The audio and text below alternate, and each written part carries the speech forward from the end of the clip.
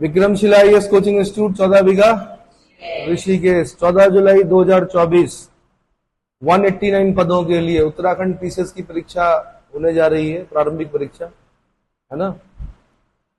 हम लोग पढ़ते थे पहले कि जब गुरु कुंभ राशि में होता है और सूर्य मेष राशि में होता है तो कुंभ मेला लगता है। क्या लगता है? याद भी कर लो उसको। गुरु जब कुंभ राशि में होता है और सूर्य जब मेष राशि में होता है तब कुंभ मेले का आयोजन किया जाता है ना। ऐसे अर्ध कुंभ पढ़ते थे हम कि जब सूर्य मेष राशि पर होता है और बृहस्पति कन्या राशि पर होता है तब अर्ध कुंभ लगता है। क्या लगता है? तो ऐसे ही कई वर्षों बाद आपका फिर दोबारा पीसीएस आता है, फिर एक तरह से बेरोजगारों का कुंभ है ये, तो उसके लिए आप तैयारी कर रहे हैं। ठीक है। भारत के इतिहास, संस्कृति और राष्ट्रीय आंदोलन में मैं काफी कुछ बता चुका था, उसमें मैं आगे बढ़ रहा हूं। जैन धर्म, बौद्ध धर्म मैंने बता दिया था, तो भागवत में मैं आज थोड़ा सा और आगे बताता हूं कि क्या आ सकता है, क्या क्वेश्चन बन सकते हैं। तो भाई भागवत धर्म का उद्भव पूछ लेता है कई बार, कब हुआ? तो मौर्योत्तर काल में हुआ। कब हुआ? मौर्योत्तर काल में हुआ। और जो प्रारंभिक जानकारी मिलती है भागवत धर्म की वो हमें उपनिषदों में मिलती है। उपनिषद मतलब समीप बैठना, ब्रह्म विद्या को प्राप्त करने के लिए गुरु के समीप बैठना। उपनिषदों की संख्या 108 है ना। प्रत्येक वेद के उपनिषद हैं अलग अलग। और उपनिषद में भारतीय दर्शन जो दिखाई देता है, भारतीय दर्शन फिलॉसफी जो दिखती है वो कहाँ दिखती है? उपनिषदों में। वेदों के अंत में लिखे गए इसलिए वेदांत कहा जाता है इनको। क्या कहा जाता है? तो उन्हीं उपनिषदों में भागवत धर्म के बारे में भी जानकारी मिलती है। धर्म के संस्थापक वासुदेव कृष्ण हैं, जो वृष्णिवंशी है, यादव कुल के नेता हैं। क्या है? सात्वत वंशी है, वृष्णिवंशी है, यादव कुल के नेता हैं। ठीक है। वासुदेव की पूजा का जो सर्वप्रथम उल्लेख मिलता है भक्ति के रूप में वो पाणिनि की अष्टाध्यायी में मिलता है। Panini as 5th century BC को पाणिनि एज के नाम से जाना जाता है। पाणिनि गांधार के निवासी थे। उन्होंने 8 अध्यायों वाली एक किताब लिखी जिसको अष्टाध्यायी बोला जाता है, जो कि संस्कृत व्याकरण की सबसे प्रमुख पुस्तक है, अष्टाध्यायी। और इस पर टीका किसने लिखी? अष्टाध्यायी पर पतंजलि ने। क्या लिखा? महाभाष्य, जो कि पाणिनि की अष्टाध्यायी पर क्या है? टीका है। ठीक है। क्वेश्चन बनते हैं, ध्यान से सुनना। छांदोग्य उपनिषद में सबसे पहले भगवान श्री कृष्ण का उल्लेख मिलता है। ठीक है। इनके गुरु का नाम घोर अंगिरस था, देवकी पुत्र थे। क्या थे? देवकी पुत्र थे, घोर अंगिरस के शिष्य थे। प्रथम उल्लेख जो मिलता है वो कहां मिलता है? श्री कृष्ण का छांदोग्य उपनिषद। छांदोग्य उपनिषद छंद योग्य उपनिषद, सामवेद का उपनिषद है। किसका उपनिषद है? सामवेद का उपनिषद है। ठीक है। तो भाई ब्राह्मण घर में जटिल कर्मकांड हो गए थे, यज्ञ व्यवस्था बहुत ज्यादा जटिल हो गई थी, बहुत ज्यादा खर्चा हो रहा था, बैलों की बलि दी जा रही थी, वनों का क्या हो रहा था? कटान हो रहा था, बड़े बड़े यज्ञ किए जाते थे। वो छोटे से टीन के डब्बे में नहीं करते थे पहले यज्ञ, बड़े यज्ञ होते थे।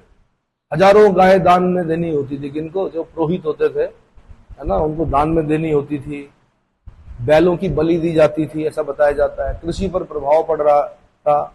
तो उसी के मतलब प्रतिक्रिया स्वरूप जो आया वो पहला जो दिखता है हमें, और उसके विरुद्ध एक प्रतिक्रिया हुई और उदय हुआ किसका? भागवत संप्रदाय का उदय हुआ। आगे चलकर बौद्ध, जैन, ये जितने भी धर्म है ये ब्राह्मण धर्म के जटिल कर्मकांड और यज्ञ व्यवस्था के विरुद्ध प्रतिक्रिया ही थे। पर ऐसी प्रतिक्रिया मैंने कहा कौन है? भागवत संप्रदाय। क्या है? ठीक है। वासुदेव कृष्ण के जो भक्त थे, उपासक भागवत कहलाते थे, है ना। और कहां से क्वेश्चन बन सकता है? भगवान कृष्ण यानी 22वें तीर्थंकर है जो जैनियों का, अरिष्ट नेमी पढ़े थे हमने। नेमी, अरिष्ट नेमी, पार्श्वनाथ, महावीर स्वामी। तो जो अरिष्ट नेमी है वो कृष्ण के समकालीन माने जाते हैं। किसके समकालीन माने जाते हैं? भगवत गीता के बारे में सुना है।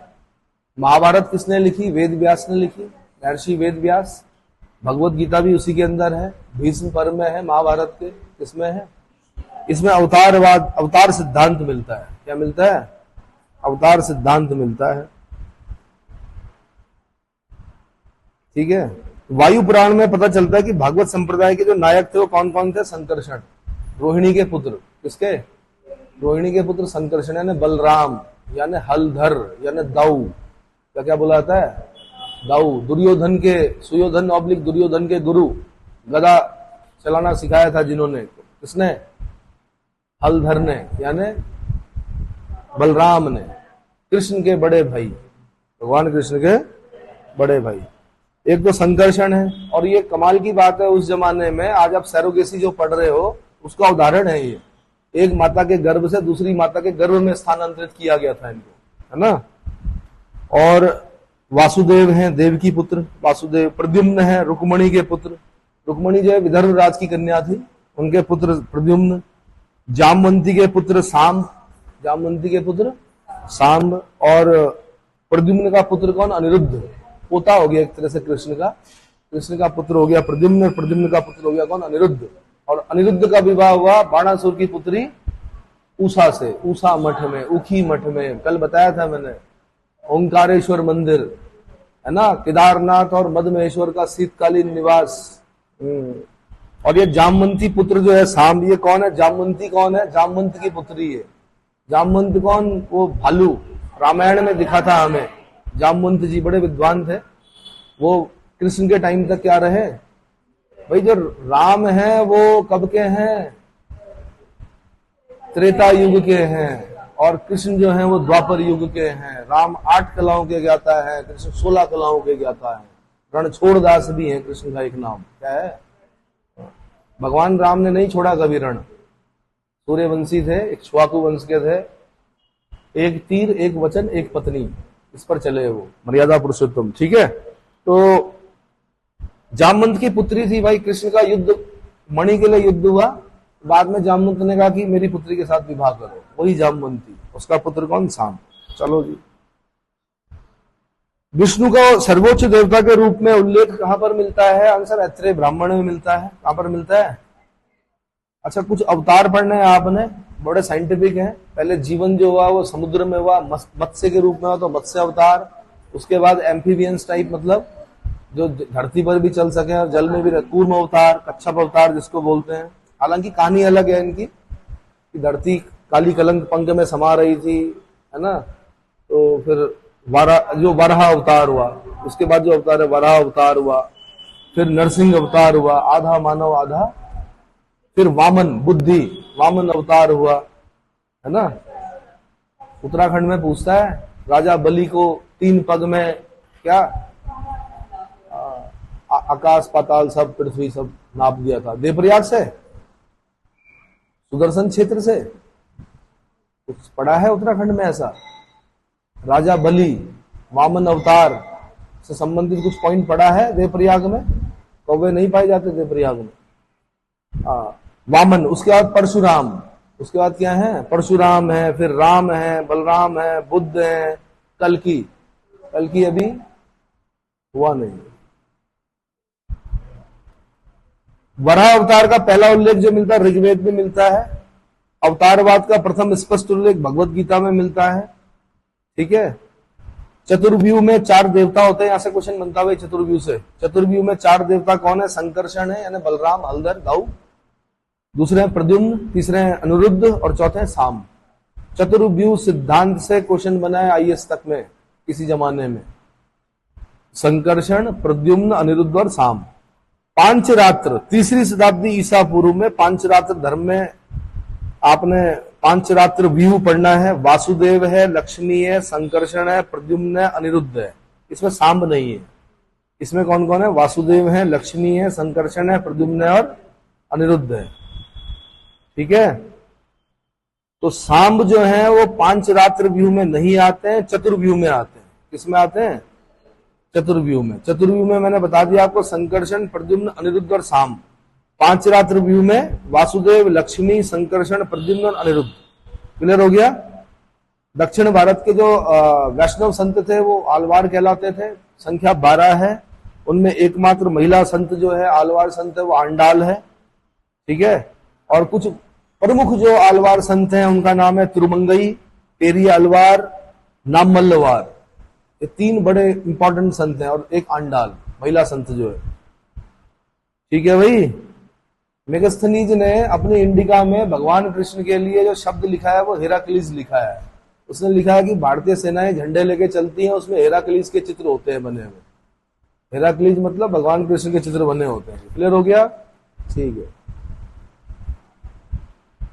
चलो जी। और जो क्वेश्चन बन सकता है, एक विदिशा एक जगह पड़ती है, बेसनगर। बेसनगर कहां पड़ता है? मध्य प्रदेश में पड़ता है। अंटिलकिडास का राजदूत हेलियोडोरस आया। हिंद यमन शासक था। क्या था? इंडो ग्रीक शासक। कौन? अंटिलकिडास। उसका राजदूत हेलियोडोरस किसके दरबार में आया? सुंग वंश के नवे शासक भागभद्र के दरबार में आया और उसने विदिशा में जाकर गरुड़ स्तंभ की स्थापना की और भागवत धर्म को अपनाया। गरुड़ जो होता है विष्णु का वाहन होता है, भगवान विष्णु का। ठीक है। उसने कहा कि देव देवस हैं। कौन? भागवत। वासुदेव जो है देव देवस हैं। गरुड़ स्तंभ की स्थापना की किसने? हेलियोडोरस का गरुड़ स्तंभ। कहां पर? विदिशा में, बेसनगर में। क्लियर हो गया? फिर थोड़ा सा अगर मैं बताऊं, बताने के लिए बहुत कुछ है, शॉर्ट में बता रहा हूं। शैव धर्म। शैव धर्म में जो प्रारंभ हुआ शैव धर्म का, शक सातवाहन काल में हुआ। इस समय जो शक सातवाहन काल में और गुप्त काल में अपनी परिणति, चरम परिणति पर पहुंच गया। कौन? शैव धर्म। ठीक है भाई। अर्धनारीश्वर एक मूर्ति देखी होगी, आधे शिव आदि पार्वती। आधी तरफ माता जी होती हैं, आधी तरफ भगवान शिव होते हैं, अर्धनारीश्वर। और त्रिमूर्ति, ये ब्रह्मा विष्णु महेश। त्रिमूर्ति में किसको बोलते हैं? ये गुप्त काल में दिखता है हमें। ये मूर्तियां जो दिखती हैं ये गुप्त काल से पहले की नहीं दिखती, गुप्त काल में दिखती हैं। ठीक है।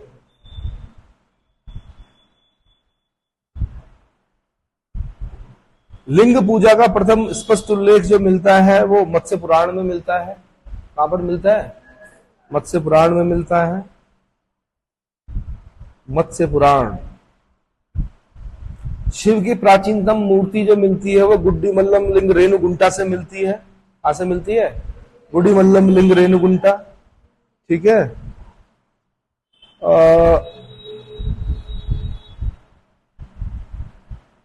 वामन पुराण में शैव संप्रदाय की जो संख्या है वो 4 बताई गई है। एक तो शैव है, एक पाशुपत है, एक कापालिक है, एक कालामुख है। कौन कौन है भाई? शैव, दूसरे पाशुपत।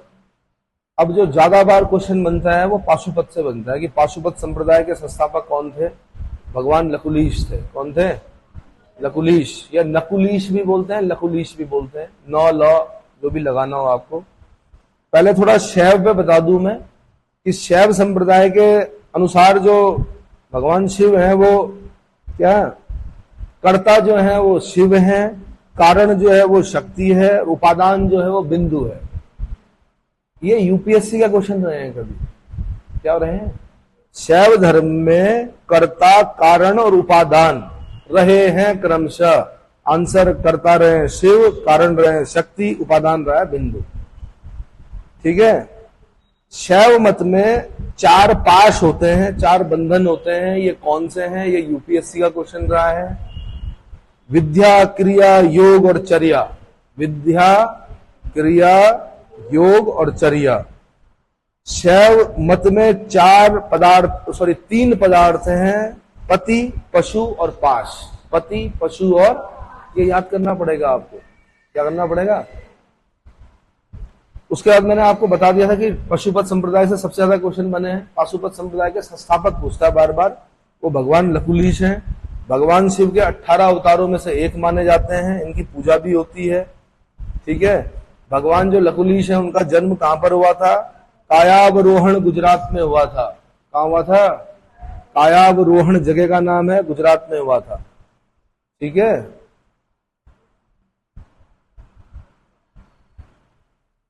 पाशुपत संप्रदाय के अनुयायियों को पंचार्थिक कहा जाता है। ठीक है। और इसका जो इस पाशुपत संप्रदाय का जो सबसे सैद्धांतिक ग्रंथ है उसका नाम है पाशुपत सूत्र। क्या है? पाशुपत सूत्र। पति, पशु, पाश, मैंने ये बता दिया था आपको 3 पदार्थ। तीन अंग, पति मतलब स्वामी, पशु मतलब आत्मा, पशु मतलब आत्मा, और पाश मतलब बंधन। पशुपति के रूप में शिव की उपासना की जाती है किसमें? पाशुपत संप्रदाय में। उसके बाद आते हैं कापालिक, भैरव देवता की पूजा करते हैं। मंदिर सुना हुआ आपने, भैरव मंदिर। तो ये कौन है? ये कापालिक है। ये कौन है? भैरव की पूजा करते हैं। इनका इष्ट भैरव होता है, भगवान शंकर के अवतार माने जाते हैं। यह संप्रदाय अत्यंत भयंकर और आसुरी प्रवृत्ति का होता है। किसका?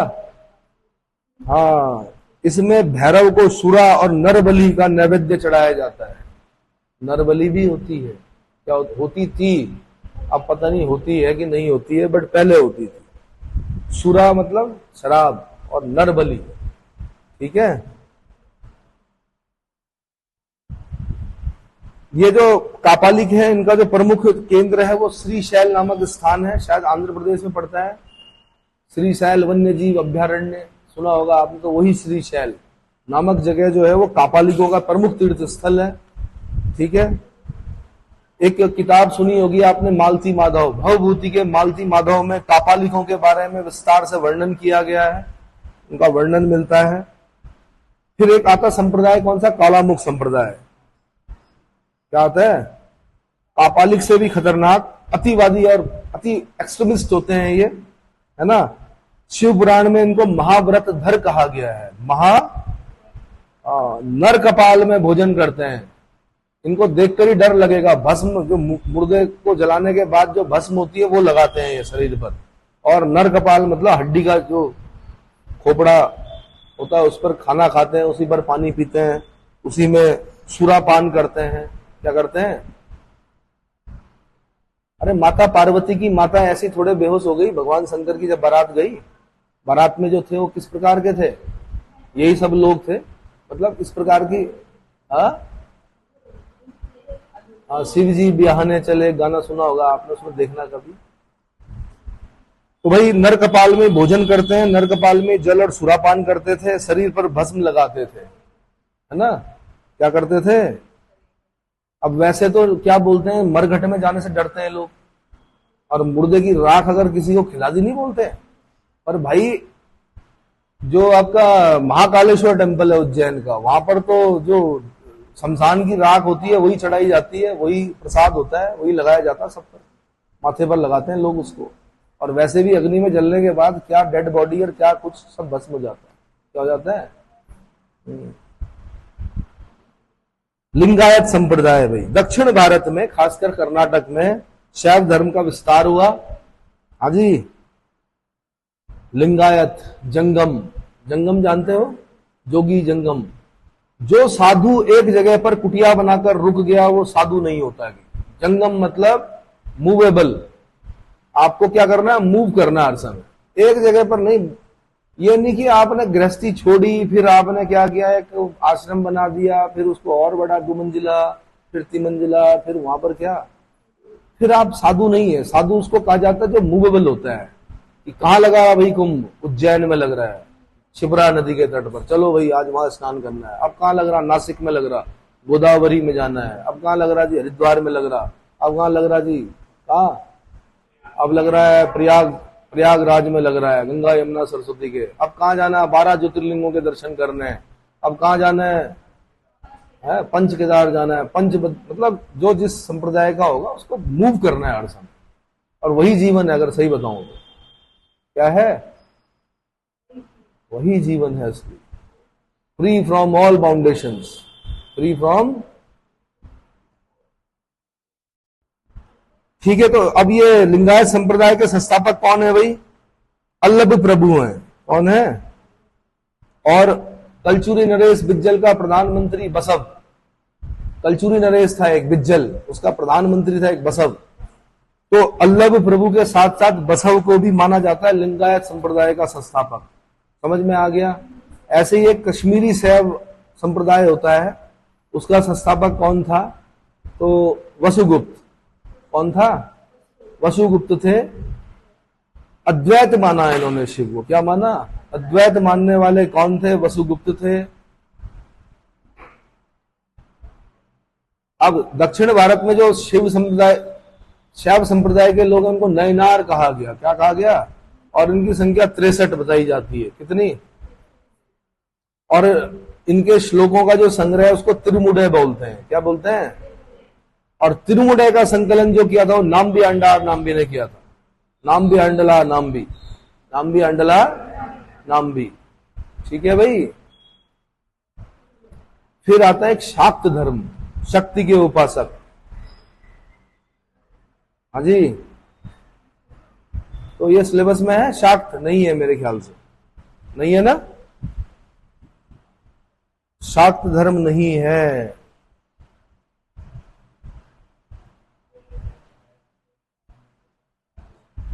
शाक्त दरअसल मातृ देवी की उपासना तो पहले से चली आ रही थी, वैदिक काल में भी थोड़ा बहुत दिखता है हमें। तो शक्ति संप्रदाय को का शैव मत के साथ घनिष्ठ संबंध था, है ना। इस आदि शक्ति या देवी की पूजा का स्पष्ट उल्लेख कहां पर मिलता है? महाभारत में प्राप्त होता है। इसमें मैं एक बता दूं, आप एक क्वेश्चन बना था, यूपीएससी ने कभी बनाया था।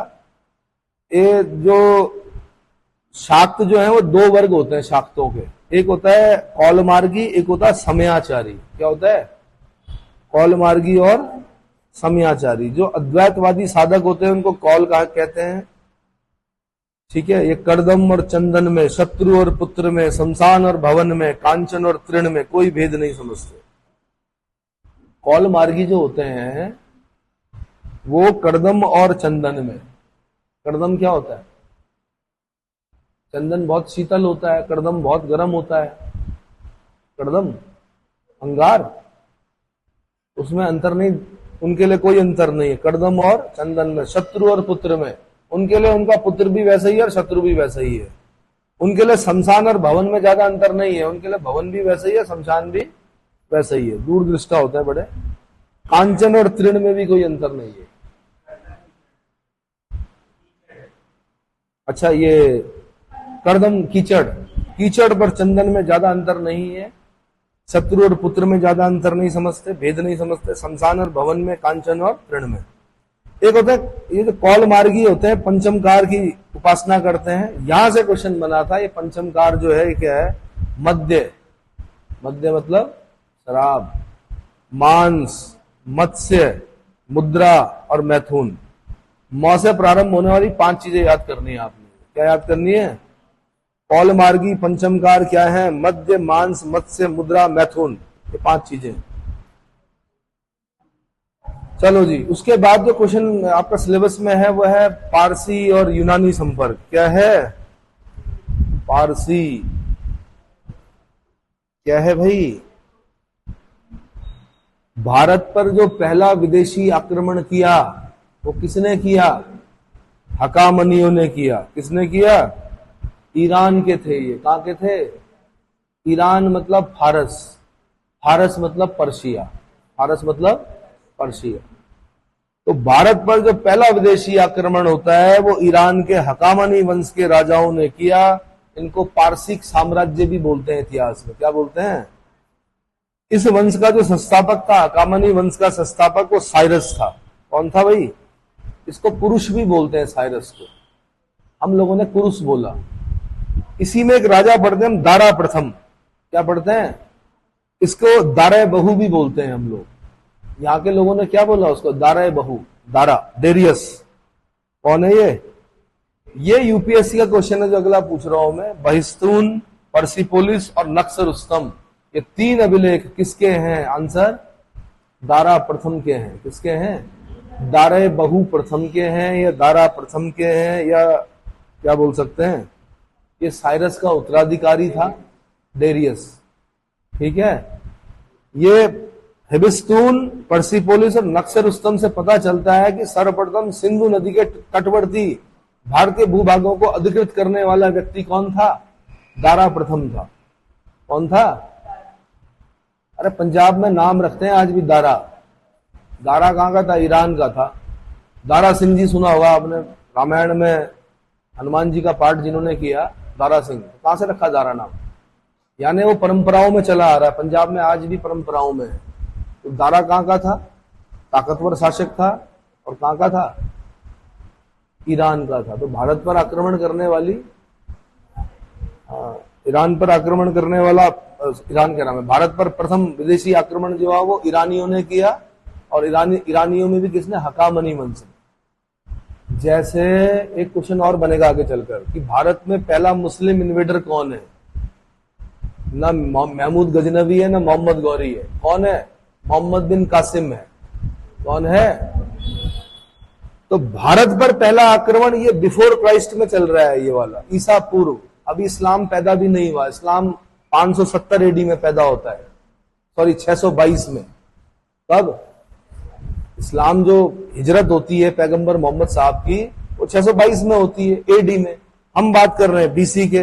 बीसी भी का 599 से 229 ईसा पूर्व में तो साइरस है, उसका बेटा जो दारा है वो भी लगभग 529 के बाद का होगा, 400 समथिंग ईसा पूर्व। ईसा मसीह भी पैदा नहीं हुए थे अभी, तब की बात है ये। समझ में आ गया? तो भाई हेरोडोटस जो इतिहास के पिता हैं वो बताते हैं कि जो अधिकृत भारतीय भूभाग पारसिक साम्राज्य का 20वां प्रांत बना की, जो इसने दारा ने कब्जाया, वो भारतीय भूभाग ये पारसिक साम्राज्य का 20वां प्रांत बना। काम्बोज एवं गांधार पर भी इनका अधिकार था। काम्बोज और गांधार, ये गांधार जो है ये हमारा ही था, गांधारी थी यहाँ की, धृतराष्ट्र की पत्नी, दुर्योधन की मम्मी गांधारी, मामा जी शकुनी आगे थे, गांधार के थे, है ना। अच्छा, फिर एक डेरियस थर्ड के बारे में पढ़ते हैं हम। सिकंदर द्वारा परास्त हुआ था डेरियस थर्ड। किसके द्वारा? अलेक्जेंडर, सिकंदर, है ना। इस पास से पढ़ते हैं हम, सबसे पहले सोक्रेटिस पढ़ते हैं। सोक्रेटिस का शिष्य हुआ कौन? प्लेटो। प्लेटो का शिष्य हुआ कौन? अरिस्टोटल, अरस्तु। अरस्तु का शिष्य हुआ कौन? सिकंदर, जो कि फिलिप सेकंड का बेटा था। मैसिडोनिया के क्षत्रप फिलिप सेकंड का बेटा कौन? अलेक्जेंडर। मां का नाम क्या था सिकंदर की? मां और प्रेमिका दोनों के नाम बताओ। ठीक है जी। घोड़े का नाम तो बहु केफला था शायद, क्या था? उसकी याद में उसने नगर बसाया था सिकंदर ने, अभी बता रहा हूं आगे चल के। अच्छा भाई, तो दारा थर्ड को किसने हराया? अलेक्जेंडर ने। ओलंपिया, बिल्कुल सही। मां का नाम और प्रेमिका का नाम? प्रेमिका का नाम क्या था अलेक्जेंडर की?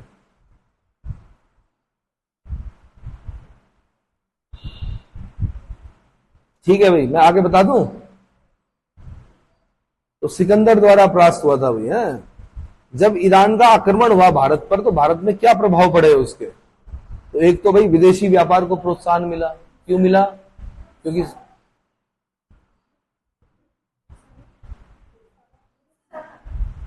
अरे रुखसाना नहीं है भाई, रुखसाना कहां से? विदेशी व्यापार को प्रोत्साहन मिला समुद्री मार्ग की खोज होने से। ठीक है।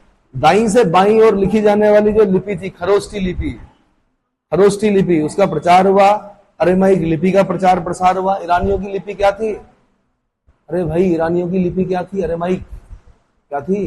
अरेमाइक। अभिलेख उत्कीर्ण करने की प्रथा प्रारंभ हुई। अशोक ने जो अभिलेख खुदवाए वो भारत की परंपरा नहीं है, वो ईरान की परंपरा है। दारा से सीखा था उसने, मतलब दारा को कॉपी किया उसने। बस अंतर इतना है कि दारा के जो पिलर एडिक्ट्स हैं, उसके पिलर क्या हैं? अलग अलग पत्थरों से बने हुए हैं, जबकि अशोक का पिलर एक पत्थर से बना हुआ है। स्तंभ लेख जो बनवाए ना अशोक ने, अरे भाई वही सारनाथ वाला, है ना। 4 शेर 4 दिशाओं में मुंह किए हुए हैं, सत्यमेव जयते जो हमने ले रखा, जो मुंडकोपनिषद से, वो 4 शेर ले रखे ना, तो सारनाथ वाले ले रखे हमने 4 शेर। नीचे 4 पशु हैं, 4 चक्र हैं, 4 पशु हैं, चौकड़ी मारता हुआ घोड़ा है, हाथी है, व्याघ्र और बैल है, शायद यही है। और ईरानियों की क्षत्रप शासन प्रणाली का शक कुषाण युग में पर्याप्त विकास हुआ। क्षत्रप बोलते हैं गवर्नर को। ये लोग क्या करते थे? जाते थे, जीतते थे, और राजा जो है आगे बढ़ता था, पीछे एक क्षत्रप नियुक्त करता था, ना गवर्नर, राज्यपाल टाइप। ठीक है, और अधिकतर वो राजकुमार ही होते थे। अलेक्जेंडर द ग्रेट भारत में बोलते हैं, यूनान में ज्यादा तवज्जो नहीं मिलती अलेक्जेंडर को। ऐसे पता नहीं कितने अलेक्जेंडर थे कहाँ यूनान में, उसको ज्यादा हम लोग देते हैं क्योंकि उसने हम पर आक्रमण किया, हमारे राजा पोरस को क्या किया, पराजित किया। कि क्या किया, हाइडेस्पीस का युद्ध हुआ। कहां पर हुआ, झेलम नदी के तट पर हुआ। वितस्ता का युद्ध भी बोलते हैं उसको। एक गद्दार था आम भी, उसने बता दिया कि भाई भारतीय हाथी क्या है, बेकार है, ये अपनी सेना को क्या कर सकते हैं। हमारे धनुष चले ही नहीं, बारिश हो गई, प्रत्यंचा नहीं चढ़ा पाए हम लोग। तो ईरानी आक्रमण के पश्चात भारत को यूनानी आक्रमण का सामना करना पड़ा। भाई किसका, कमाल की बात है, ये देश हमेशा आक्रांताओं से ग्रसित रहा। ईरानियों के बाद अब कौन आ गए, यूनानी आ गए, यानी मकदूनिया से आया, मैसिडोनिया से आए। कहां से आए, मैसिडोनिया के शासक फिलिप सेकंड का बेटा था अलेक्जेंडर। तो अलेक्जेंडर ने कहा मैं विश्व विजेता बनूंगा, है ना। तो earth is sufficient to fulfil everybody's need but is not able to satisfy even one person greed. पृथ्वी के पास पर्याप्त है सबको क्या देने के लिए, खाना पीना, लेकिन एक आदमी अगर लालची हो जाए सिकंदर जैसा कि मैं पूरी दुनिया को जीतूंगा, तो फिर अर्थ के पास भी कई बार बोलते हैं कम पड़ जाता है। बट विश्व विजेता बनना इतना आसान नहीं था, ठीक है। भारत में ही तोते उड़ गए थे उसके, समझ में आ गया था कि सीमाओं पर इतना विरोध है तो अंदर क्या होगा। अंदर तो महापद्मानंद और धनानंद जैसे राजा थे, मौर्य से पहले जो राजा थे नंद वंश के, है ना, टकराता तो पता चल जाता। वो तो सीमावर्ती राजा जो है वो क्या हो गए, गद्दारी हो गई, तो इस वजह से पराजित हो गया पोरस। चलो जी, फिर क्या था, अलेक्जेंडर के आक्रमण का सामना करना पड़ा, ठीक है। 326 ईसा पूर्व अलेक्जेंडर जो है 326 ईसा पूर्व में बल्ख बैक्ट्रिया को जीतने के बाद काबुल होता हुआ हिंदुकुश पर्वत को पार किया। हिंदुकुश पर्वत को पार किया। तक्षशिला का राजा जो आम्बी था उसने आत्मसमर्पण कर दिया, और इस गद्दार की वजह से ही क्या हो गया, आगे भी फिर पराजय का सामना करना पड़ा। आम्भी तक्षशिला का शासक, तक्षशिला कहां है, पाकिस्तान में है। 326 में सिंधु नदी को पार किया अलेक्जेंडर ने, भारत की धरती पर कदम रखा। झेलम नदी के तट पर मैंने बता दिया पौरव वंशीय पोरस के साथ युद्ध हुआ। वितस्ता का युद्ध भी बोलते हैं, हाइडेस्पीस का युद्ध भी बोलते हैं इसको, है ना। और ये अलेक्जेंडर जीत गया। यहाँ पे इसने एक विजय का नगर निकेया विजय का नगर, अपनी जीत के उपलक्ष्य में एक नगर बसाया निकेया। और बुकाफेला, इसका घोड़ा मर गया था यहाँ पर, बुकाफेला, उसकी याद में एक नगर बसाया बुकाफेला, ठीक है। और उसके बाद फिलिप को सौंपा और कहां चला गया, बेबीलोन में आके इसकी मृत्यु हो गई। 326 से 323 ईसा पूर्व की बात कर रहा हूं मैं, ईसा के जन्म से कितने साल पहले, 326 और 323 ईसा पूर्व।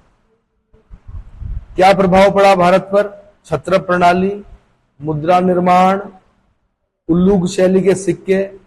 भारत में सोने के सिक्के उल्लूक शैली वाले जारी करने का श्रेय हिंद यवन शासकों को दिया जाता है, इंडो ग्रीक्स को। इस देश की एक विशेषता है, इस देश पर आक्रमण करने आए लोग, है ना, और यहीं के हो गए, वापस नहीं गया कोई भी।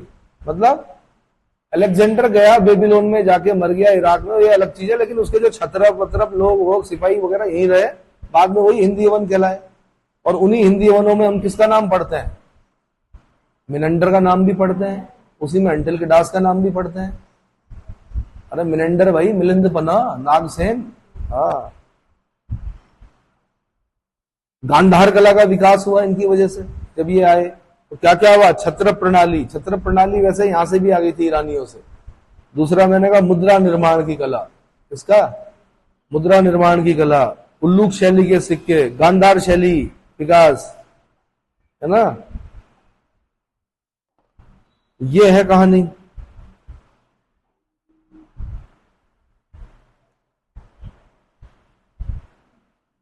सिकंदर का सेनापति था कौन, सेल्यूकस निकेटर। कौन था भाई, अभी ये सेल्यूकस निकेटर की लड़ाई होगी किससे, चंद्रगुप्त मौर्य से।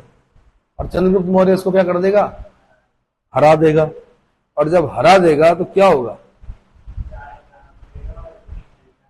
तो 500 भारतीय हाथी देगा ये सेल्यूकस निकेटर को, कौन? चंद्रगुप्त मौर्य। और उधर से एक बालिका देगा, कौन? सेल्यूकस निकेटर अपनी पुत्री का विवाह करेगा किसके साथ? चंद्रगुप्त मौर्य के साथ, जिसका नाम क्या है? हेलेना। एक नाम और मिलता है, हेलेना मिलता है। और 4 प्रांत देगा, एरिया देगा जिसको हिरात बोलते हैं आप, अराकोशिया देगा जिसको कांधार बोलते हैं, जड्रोसिया देगा जिसको मकरान बोलते हैं, पेरोपनिसडाई काबुल। ठीक है। आगे चलकर गुप्त शासक, गुप्त काल में एक व्यक्ति होगा जो किताब लिखेगा, कौन सी? मुद्रा राक्षस। क्या लिखेगा? विशाख दत्त। 2 किताबें लिखता है वो, मुद्रा राक्षस और एक और लिखता शायद देवी चंद्रगुप्तम। चेक कर लो, 100%। हाँ, तो मुद्रा राक्षस में वो चंद्रगुप्त मौर्य को इसीलिए बोलेगा कि ये क्या है? कुलहीन है। क्या है? कुलहीन तो इसलिए बोलता है कि मोर पालकों की पुत्री का पुत्र है। साथ में बोलेगा वृषल, मतलब धर्मच्युत। उस जमाने में विदेशी लड़की के साथ विवाह करना अपने धर्म से हटना माना जाता था, मतलब अपने धर्म विरुद्ध माना जाता था किसी विदेशी महिला के साथ विवाह करना। आज तो स्वप्न है कुछ युवाओं के कि विदेशी महिला के साथ क्या हो जाए? घर बस जाए, बस जर्मनी चला जाऊं, किस तरह यूके, कनाडा, है ना, और कहां? फ्रांस। हाँ जी, यूरोपियन होनी चाहिए बस, नहीं अमेरिकन, यूरोपियन, कैनेडियन। अफ्रीका में क्यों नहीं सोचते हो? अफ्रीका में सोचो कि ससुराल कहां हो, नाइजीरिया में हो, या क्या बोलते हैं आइवरी कोस्ट में हो, मुर्तानिया में हो। कितना अच्छा लगेगा कि ससुराल कहां है आपका? कि मुर्तानिया में है। हाँ जी, कहां है कि ससुराल? सोमालिया में है। सारे जितने भी ससुराल वाले सब डाकू हैं, समुद्री दस्यु, है ना। अमेरिका भी डरता है सोमालिया वालों से। ऐसी जगह पे ससुराल बनाओ। ऐसे यूरोप की तरफ और अमेरिका की तरफ क्यों जा रहे हो? हाँ जी, अरे मॉरिशस तो भारतीय मूल के लोग रहते हैं यार, वहां तो फिर भी ठीक है। आप सोमालिया हो गया, सोमालिया खतरनाक जगह है भाई, है ना। लीबिया, गद्दाफी के वहां जाओ, लीबिया में।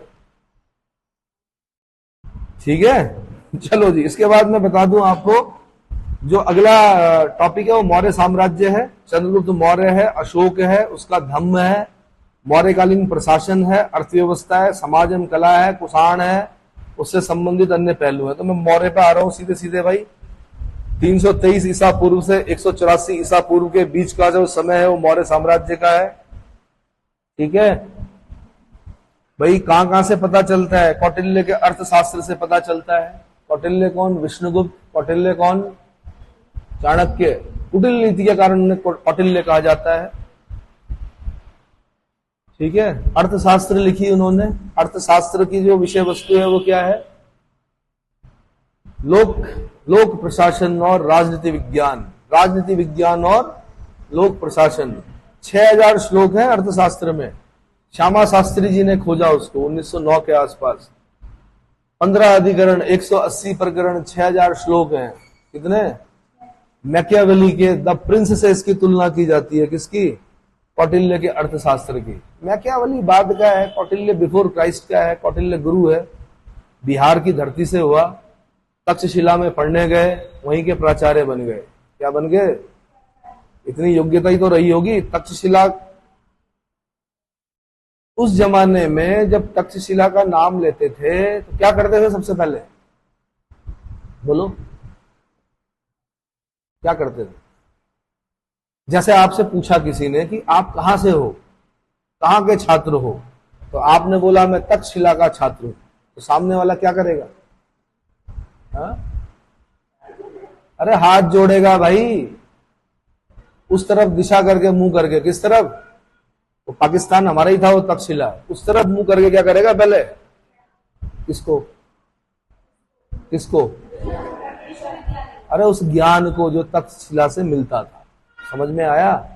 हाँ, तो इतना पढ़ो कि आपके इंस्टीट्यूट का भी जब कोई नाम ले तो प्रणाम करे इस तरफ मुंह करके। किसको? मेरे को नहीं, ज्ञान को। अरे बिल्डिंग तो नहीं किया जाता है, बिल्डिंगें नहीं पढ़ाती हैं, शिक्षक पढ़ाते हैं, ठीक है। लेकिन आधुनिक समय में जो पैटर्न चला है वो क्या होता है कि बिल्डिंग देखी जाती है, कितनी बड़ी है। बिल्डिंग देख के क्या करोगे? उतना ही पैसा लिया जाएगा आपसे, उसके बाद क्या होगा? डिग्री देंगे, उसके बाद फिर योग्यता होगी तो नौकरी मिलेगी, नहीं होगी तो नहीं मिलेगी। चलो जी आगे। भाई कौटिल्य का अर्थशास्त्र, विशाखदत्त की मुद्रा राक्षस, सोमदेव का कथा सरित सागर, ये नाम याद करने पड़ेंगे। क्षेमेंद्र की व्रत कथा मंजरी, पतंजलि का महाभाष्य, पाणिनि की अष्टाध्यायी पर टीका, पतंजलि का महाभाष्य, ये सब साहित्यिक स्रोत हैं किसके? मौर्य काल के बारे में जानने के, है ना। भद्रबाहु का कल्प सूत्र, जैन ग्रंथों में अगर मैं बोलूं, हेमचंद्र का परिशिष्ट पर्वण, ये स्रोत हैं किसके? मौर्य साम्राज्य के इतिहास जानने के। दीपवंश महावंश, दीपवंश महावंश, या अगर मैं पाली में बोलूं तो दीपवंश महावंश, ठीक है। महाबोधि वंश, दिव्यावदान, ये सब जो बौद्ध ग्रंथ हैं ये भी बताते हैं किसके बारे में? मौर्य साम्राज्य के बारे में, ठीक है। विदेशियों का विवरण, विदेशी जो लेखक हैं जैसे स्ट्रैबो हो गया, कर्टियस हो गया, डियोडोरस हो गया, प्लिनी हो गया, एरियन हो गया, जस्टिन हो गया, प्लूटार्क, नियार्कस, है ना, आनेसिक्लेटस, एरिस्टोबुलस, ये ऐसे लेखक हैं जो मौर्य साम्राज्य के बारे में लिखते हैं। क्लासिकल लेखक कहा जाता है इनको। क्या कहा जाता है? नाम सुने हो स्ट्रैबो का? Strabo, Curtius, Diodorus, Pliny. Pliny तो रोम का है, अपने देश का सारा सोना बोलता है, मेरे देश का सारा सोना भारत चला गया, भारत से मलमल आ रही है, और मलमल रोम की स्त्रियां पहन रही हैं, जो उच्च घराने की स्त्रियां। नैतिकता को खतरा उत्पन्न हो गया और मेरे देश का सारा सोना कहां चला गया? भारत चला गया। दूरदर्शा पे रोता है। आईएएस का क्वेश्चन रहा है कभी प्लिनी का, ठीक है। जस्टिन, जिसने कहा था कि चंद्रगुप्त मौर्य की जो सेना है वो डाकुओं का गिरोह है, यही कहा था जस्टिन ने, है ना। उसने 6 लाख की सेना लेकर संपूर्ण भारत को रौंद डाला। कौन कहता है?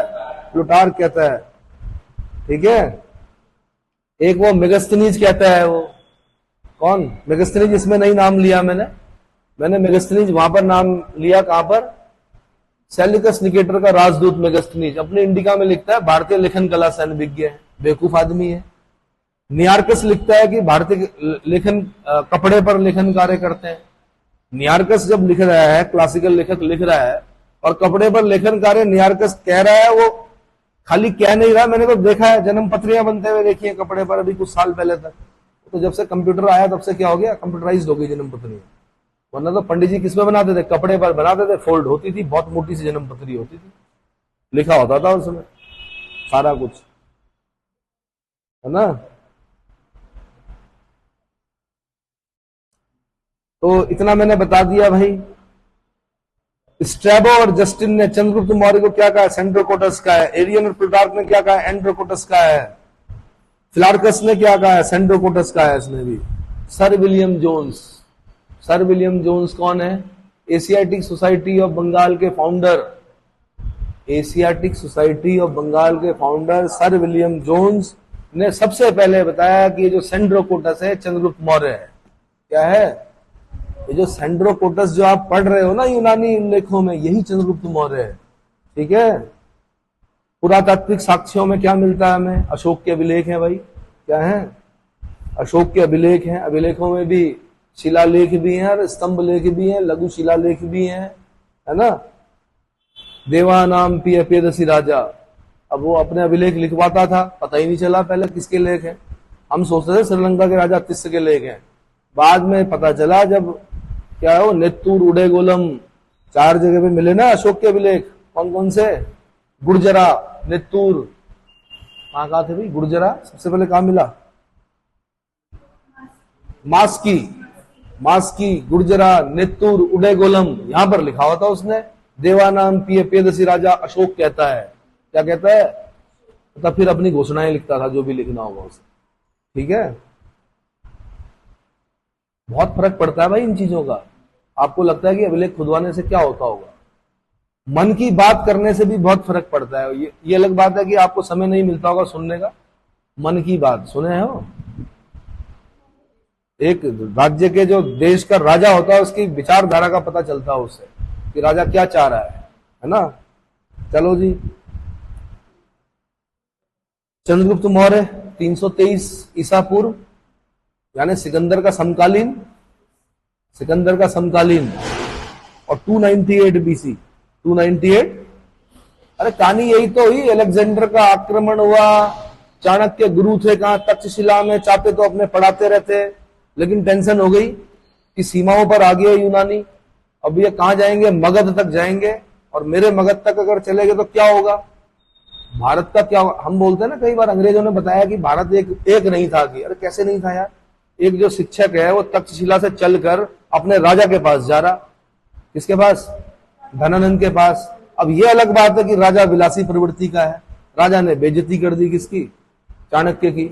उसने कहा भाई नहीं दूंगा मैं साथ, और तू क्या भिक्षा मांगने आया, बहुत सारी बेइज्जती कर दी, शिखा खोल दी चाणक्य ने। क्या कहा, दो कसमें खाई कि एक तो नंद राजवंश का, एक तो होता है कि मैं धनानंद को मार दूंगा, ये नहीं, कसमें नहीं खाते हैं, गूढ़ लोग जो होते हैं वो बड़ी कसमें खाते हैं, वो कहते हैं समूल नाश करूंगा इसका। क्या करूंगा, समूल मतलब इसके घर में कोई दिया बत्ती करने वाला भी नहीं होगा। एक तो नंद वंश का समूल नाश करूंगा, दूसरा यवन सत्ता से पीड़ित जो देश है उसको क्या यवन सत्ता से मुक्त कराऊंगा, इस देश को क्या कराऊंगा, ये जो छत्रप पत्रप छोड़ के चला गया ना अलेक्जेंडर, इनको भी बाहर करूंगा। और उसके लिए फिर खोजबीन शुरू की। बच्चा देखा, एक टीले पर बैठा था, क्या खेल रहा था, राजकीलम नामक खेल खेल रहा था, राजा बना हुआ था, न्याय कर रहा था, है ना। तो चाणक्य ने जात नहीं पूछी उससे, जात तो उसकी क्या थी, निम्न कुल का था वो। निम्न कुल मतलब मोर पालकों की पुत्री का पुत्र था वो। क्या था, मोर पालक निम्न कुल के माने जाते थे, राजकुल का नहीं था। तो गुरु ने ये नहीं पूछा कि किस जात का है, तो उसने कहा ये बनेगा। क्या,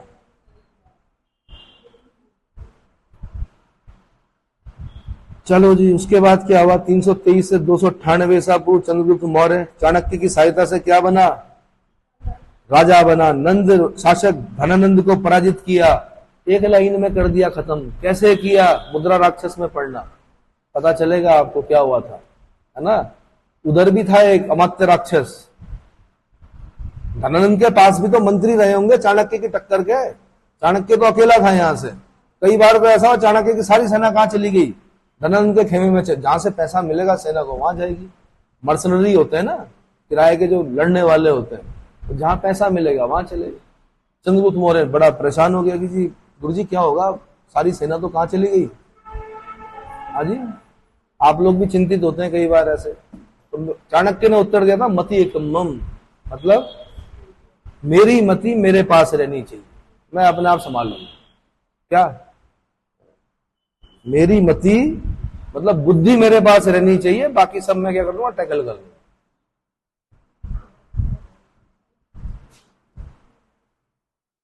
चलो जी, फिर आगे 25 वर्ष की आयु में बना दिया भाई इसको। एक बच्चा था छोटा, उसको गए शस्त्र शास्त्र सारी शिक्षा। खाली शस्त्र सिखा के भी नहीं चलता काम, शास्त्र भी पढ़ाने पड़ते हैं। क्या पढ़ाने पड़ते हैं, राजा को शस्त्र और शास्त्र दोनों का ज्ञान होना चाहिए, ठीक है। यानी आज जो डिफेंस डील होती हैं, जो प्राइम मिनिस्टर हैं वो एक तरह से राजा ही माने जाते हैं। भाई राजतंत्र तो रहा नहीं, लोकतंत्र है, आप ही ने चुना, प्राइम मिनिस्टर बन गए। यानी डिफेंस डील किस देश के साथ होनी चाहिए, कैसी होनी चाहिए, किस प्रकार के अस्त्र शस्त्र हमारे पास होने चाहिए, आगे भविष्य को ध्यान में रखते हुए कौन सी डील होनी चाहिए। यानी शस्त्रों पर भी उनका क्या होना चाहिए, और शास्त्र भी पता होना चाहिए। शास्त्र मतलब अब पुराने जमाने के शास्त्र अलग होते थे, नए जमाने के शास्त्र अलग है। विदेश नीति कैसी होनी चाहिए, किसके साथ क्या संबंध रखना है ना, IR इंटरनेशनल रिलेशन। अच्छा जी, ब्राह्मण साहित्य जो पुराण है वो चंद्रगुप्त मौर्य को शूद्र बताते हैं, बौद्ध और जैन ग्रंथ क्षत्रिय बताते हैं। क्षत्रिय बताएंगे भाई, जैन धर्म स्वीकार किया किसने, चंद्रगुप्त मौर्य ने। आपको पता है 12 वर्ष का अकाल पड़ा, पूछा उसने जैन मुनियों से क्या होगा, उन्होंने कहा भाई गड़बड़ है, शासक को चलना पड़ेगा, संलेखन विधि द्वारा क्या प्राण त्यागने पड़ेंगे। तो मगध से कहां गए, भद्रबाहु के साथ कहां गए, श्रवण बेलगोला गए कर्नाटक में, चंद्रगिरी नामक पहाड़ी पर संलेखन विधि द्वारा प्राण त्यागे। किसने, चंद्रगुप्त मौर्य ने। है ना। तो एक तरह से क्या बन गए, जैन बन गए। तो जैन ग्रंथ क्या लिखेगा इनके लिए, क्षत्रिय लिखेगा। लेकिन क्योंकि ब्राह्मणों को प्रश्रय नहीं दे रहे हैं, इसलिए ब्राह्मण ग्रंथ क्या लिखेंगे, पुराण क्या लिखेंगे, शूद्र। ठीक है। विशाखदत्त की जो मुद्रा राक्षस है उसमें क्या बोला जाएगा इसको, वृषल, कुलहीन। वृषल मतलब जो अपने धर्म से क्या हो गया हो, हट गया हो। हेलेना के साथ विवाह कर रहा ना, सेल्यूकस निकेटर की बेटी के साथ। राजवंश के लोगों को विदेशी कन्या के साथ विवाह करना मना था। खासकर एक आम आदमी कर ले, एक व्यापारी कर ले तो प्रभाव नहीं पड़ेगा देश पर। लेकिन अगर राज परिवार के किसी राजकुमार ने विदेशी कन्या के साथ विवाह कर दिया तो फिर जो विवाद उत्पन्न होंगे आगे चलकर वो बड़े भयावह होंगे। क्या होंगे, समझ रहे हो। हाँ। सत्ता क्या हो जाएगी।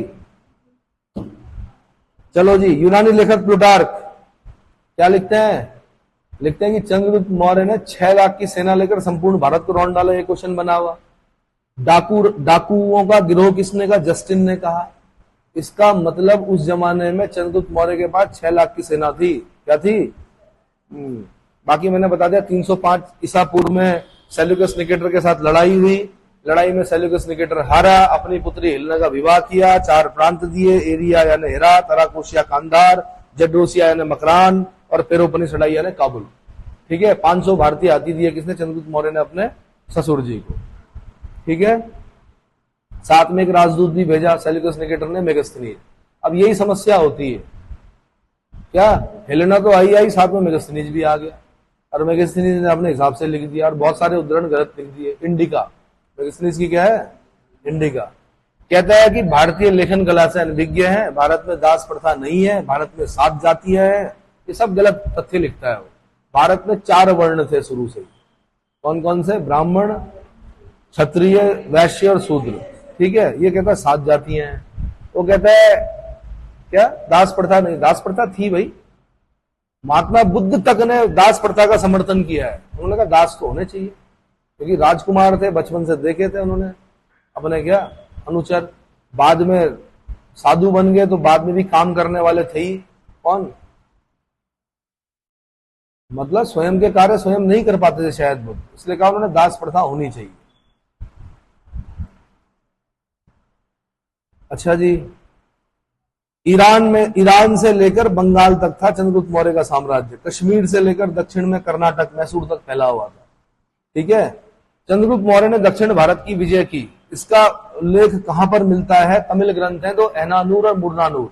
कौन से भाई, एनानूर, मुरनानूर। ये उत्तराखंड पीसेस का पहले क्वेश्चन रह चुका है, दोबारा बन सकता है कि चंद्रगुप्त मौर्य की दक्षिण भारत विजय के जो उल्लेख मिलता है वो कहां पर मिलता है, एनानूर और मुरनानूर में मिलता है। अशोक के अभिलेखों में भी मिलता है। और एक क्वेश्चन मैंने बताया था, यूपी पीसीएस वालों ने पूछा था एक बार कि कौन सा अभिलेख ऐसा है जिसमें चंद्रगुप्त मौर्य के साथ साथ अशोक का भी नाम मिलता है।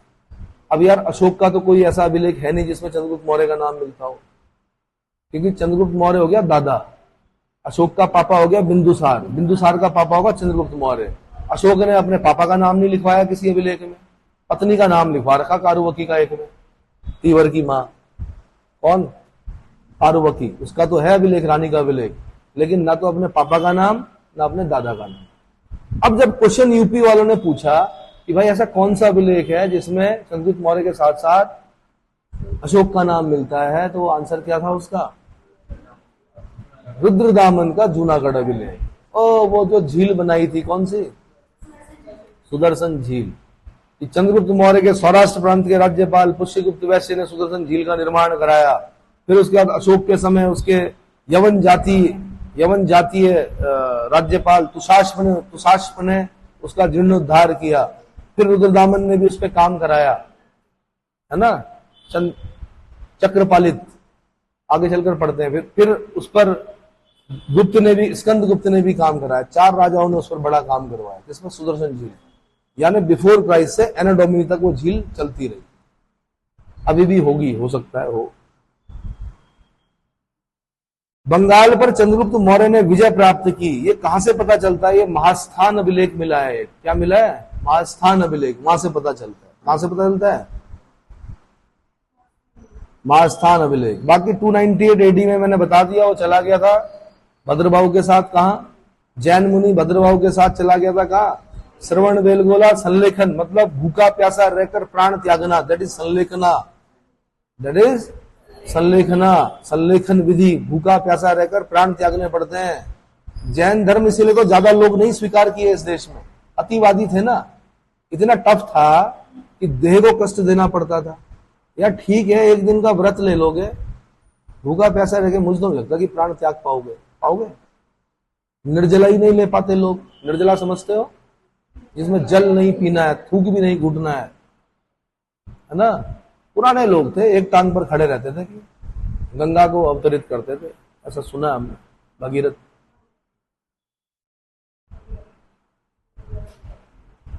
और उनकी सहायता भगवान शिव भी करते थे, जटाओं में लेते थे इसको, गंगा जी को। और इतने कठिनाई से गंगा जी आई और उसको आपने क्या कर दिया? पल्यूट कर दिया। और उस पर जो नीति निर्माता हैं उन्होंने क्या कर दिया? करोड़ों रुपए की योजनाएं चला दी उसको स्वच्छ करने की। नहीं होगी स्वच्छ, ऐसे नहीं होगी, प्रत्येक व्यक्ति को करना पड़ेगा। उसके बाद बिंदुसार आता है भाई। कौन आता है? किसका बेटा? चंद्रगुप्त मौर्य का बेटा बिंदुसार आता है। अमित्रोचेटस कहते हैं इसको। क्या बोलते हैं? अमित्र घाट या अमित्रोचेटस नाम है इसका, है ना। भद्रसार भी बोलते हैं, सिंहसेन भी बोलते हैं, कहीं कहीं पर सिंहासन भी लिखा होता है इसके लिए। सिंहसेन है वैसे इसका नाम। क्या नाम है? वायु पुराण में मद्रसार और जैन ग्रंथों में सिंहसेन नाम मिलता है। किसका? बिंदुसार का। कभी कभी इतने से ही काम चल जाता है पेपर में, पीसीएस में। पर मैंने कहा इस बार हो सकता है कि ज्यादा पॉइंट दे रखे हो और कूट दे रखे हो नीचे, ऐसा लग रहा है मेरे को, है ना। अंदाजा है ये मेरा पूर्व अनुभव। जैसा मैंने यूपीएससी से पहले बताया था कि यूपीएससी पलटी मारेगी और एक दिन आपको बताएगी कि ज्योग्राफी का क्या रोल होता है, वो इस बार बता दिया उसने। बताया? बिंदुसार भाई के समय में दो राजदूत आए थे, एक तो डाइमेकस आया था, एक डायनोसियस आया था, है ना। सीरिया सुना है आपने? सबसे खतरनाक देश है इस समय, सबसे बुरी स्थिति है सीरिया की। सुने हो? क्या सुने हो? सीरिया सुना है? बड़ा लड़ाई झगड़ा हुआ ना वहां पर। हाँ, तो किसी जमाने में सीरिया का एक राजा था एंटियोकस। कौन था? उस राजा से बिंदुसार ने 3 चीजें मंगाई। उसने कहा भैया मीठी मदिरा, मीठी मदिरा मतलब शराब मीठी, और क्या बोला उसने? सूखी अंजीर। उत्तराखंड में तिमले बोलते हैं उनको। क्या बोलते हैं? तिमले, तिमलू। और एक दार्शनिक। उसने कहा भाई 2 चीजें भेज दूंगा। दार्शनिक बड़े सम्मानित लोग होते हैं, मानव व्यापार हमारे यहाँ नहीं होता है, एक मैं राजदूत भेज देता हूं। तो डाइमेकस को भेजा, डाइमेकस आया किसके दरबार में? बिंदुसार के। तो डाइमेकस किसने भेजा? सीरिया के राजा एंटियोकस ने भेजा। किसने भेजा? एंटियोकस ने भेजा। एक आपने याद रखना है, मिस्र के राजा टॉलमी फिलाडेल्फस सेकंड, मिस्र के राजा टॉलमी फिलाडेल्फस सेकंड ने कौन सा राजदूत भेजा? उसने भेजा डायनोसियस। कौन भेजा? और ये बिंदुसार के दरबार में चला, मतलब आया, लेकिन तब तक बिंदुसार की मृत्यु हो गई। तो मेरे ख्याल से लास्ट के अंतिम दर्शन भी किए इसने, हो सकता है अशोक के टाइम पे पहुंचा है। किसके टाइम पर? ठीक है भाई। अच्छा जी,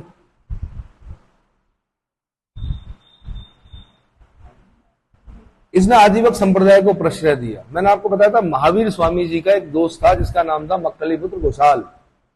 ये दोनों साथ चल रहे थे, मतलब विचारधारा पहले एक ही थी, बाद में विचारधाराएं बदल गई। आजीवक संप्रदाय जो है वो भाग्यवादी संप्रदाय है। अगर आपके भाग्य में होगा तो पका हुआ आम आपके झोली में गिरेगा। हो सकता है बिल्कुल मुंह में ही सीधे, है ना, कि कोई व्यक्ति लेटा है और उसने जमाई ली, लेटे लेटे पका हुआ आम सीधे मुंह में, अगर किस्मत में होगा। और नहीं होगा तो कुछ भी कर लो, नहीं मिलेगा। हाजी, तो आजीवक संप्रदाय का था भाई। अब पढ़ते हैं अशोक के बारे में, ठीक है। अगले वीडियो में मैं अशोक के बारे में